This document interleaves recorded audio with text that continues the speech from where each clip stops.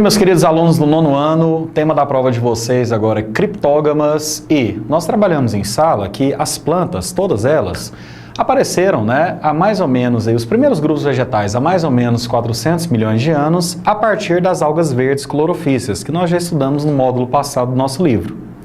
A partir dessas algas que se tornaram pluricelulares e começaram a formar tecidos mais complexos, começaram a se organizar melhor, surgiram as primeiras plantas chamadas de briófitas.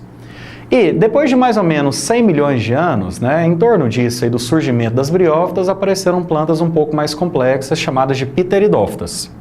Porém, você vai ver aqui comigo nessa aula que tanto as briófitas quanto as pteridófitas, elas têm muitas características em comum. Principalmente o fato de serem plantas criptogâmicas ou simplesmente criptógamas, onde gamas significa reprodução, faz uma alusão a gametas, e cripto significa escondido. O que significa isso? Significa que essas plantas têm órgãos reprodutores pouco visíveis, escondidos, uma vez que tanto as briófitas quanto as pteridófitas não apresentam flores, não apresentam sementes e não apresentam muitas das estruturas que nós conhecemos de outros vegetais superiores. Então a primeira coisa que a gente está vendo aqui, as plantas criptógamas são aquelas que não têm flor, ou seja, têm órgãos reprodutivos escondidos e naturalmente vão depender da água para a reprodução, uma vez que vão liberar esses gametas na água. E naturalmente você pode pensar também que ambos esses grupos vegetais, briófitas ou pteridófitas, são restritos a ambientes úmidos e que o desenvolvimento da flor, que só vai começar a acontecer nas plantas chamadas de gimnospermas, possibilita uma maior dispersão geográfica dos vegetais. Mas por enquanto, como nós estamos vendo que os vegetais mais primitivos, eles são vegetais que não têm semente, não têm flor, não têm fruta, é claro.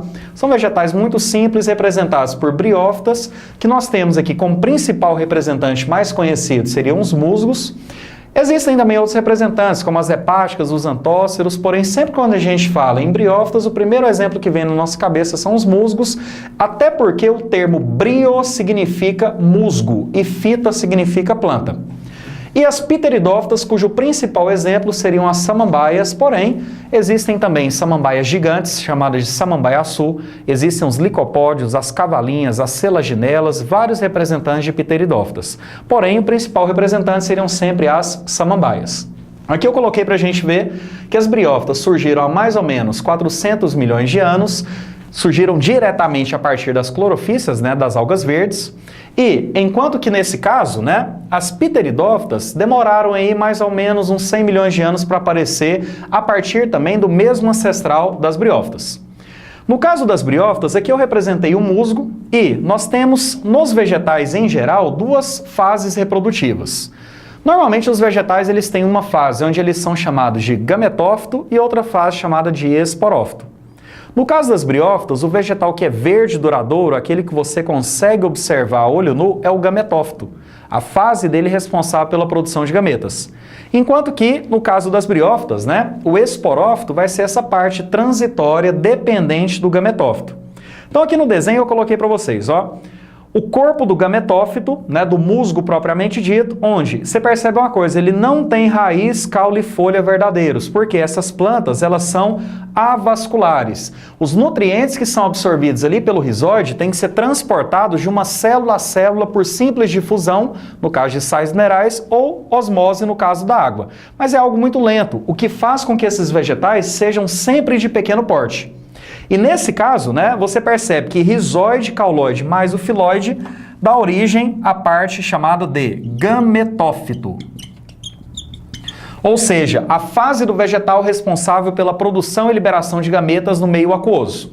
Enquanto que o conjunto de haste, cápsula e calíptra, que seria essa tampa da cápsula, onde os esporos serão liberados, tudo isso vai constituir o esporófito.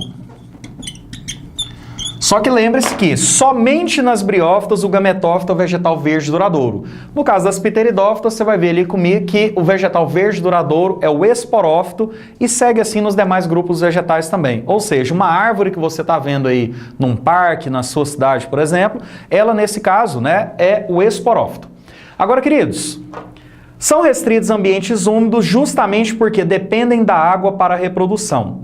e nesse caso pequeno porte justamente porque são vegetais avasculares. Então pensa bem, se eles dependem da água para reprodução, a água da chuva ajuda bastante. Isso também, querendo ou não, restringe muito o seu ambiente. Agora, no caso aqui das pteridófitas, eu coloquei ali, ó, surgiram há mais ou menos 300 milhões de anos. Tentei representar aqui para vocês a samambaia, onde nós percebemos que ela vai ter o caule. Esse caule, ele é do tipo rizoma, que é uma espécie de caule que armazena água e sais minerais no seu interior, por isso que ele é mais dilatado dessa forma aqui. E no caso das pteridófitas, pelo fato delas já serem vasculares, ou seja, terem a presença de vasos condutores de seiva que vão transportar água e sais minerais ou água e glicose de forma muito mais rápida no corpo dessa planta, esses vegetais eles vão apresentar um tamanho que já é variável. Como eu disse no começo dessa aula, existem samambaias de pequeno porte, mas existem samambaiaçus, que são samambaias de 20 a 30 metros de comprimento, ou seja, grandes pteridófitas. Agora aqui, todo esse conjunto que você vê, inclusive esse daqui que é uma estrutura jovem, tudo isso daqui é a folha. Uma folha que contém várias unidades menores e essas divisões de uma folha, elas recebem o nome de folíolos. Você já deve ter observado também que sempre no ventre das folhas das samambaias, você tem umas bolinhas assim, ó, que são chamadas de soros, são conjuntos de esporos. Visto que, no caso das pteridófitas, um vegetal que é verde duradouro, nesse caso vai ser chamado de esporófito. Só que, da mesma forma que uma briófita, as pteridófitas não têm flores, então são dependentes da água para a reprodução. Por isso que sempre serão encontradas em locais mais úmidos, com um bom índice pluviométrico, porque dependem da água da chuva para liberarem seus gametas e ocorrer o ciclo reprodutivo. Já falando sobre isso, olha só. Então esses vasos condutores, eles podem ser do tipo xilema ou então floema.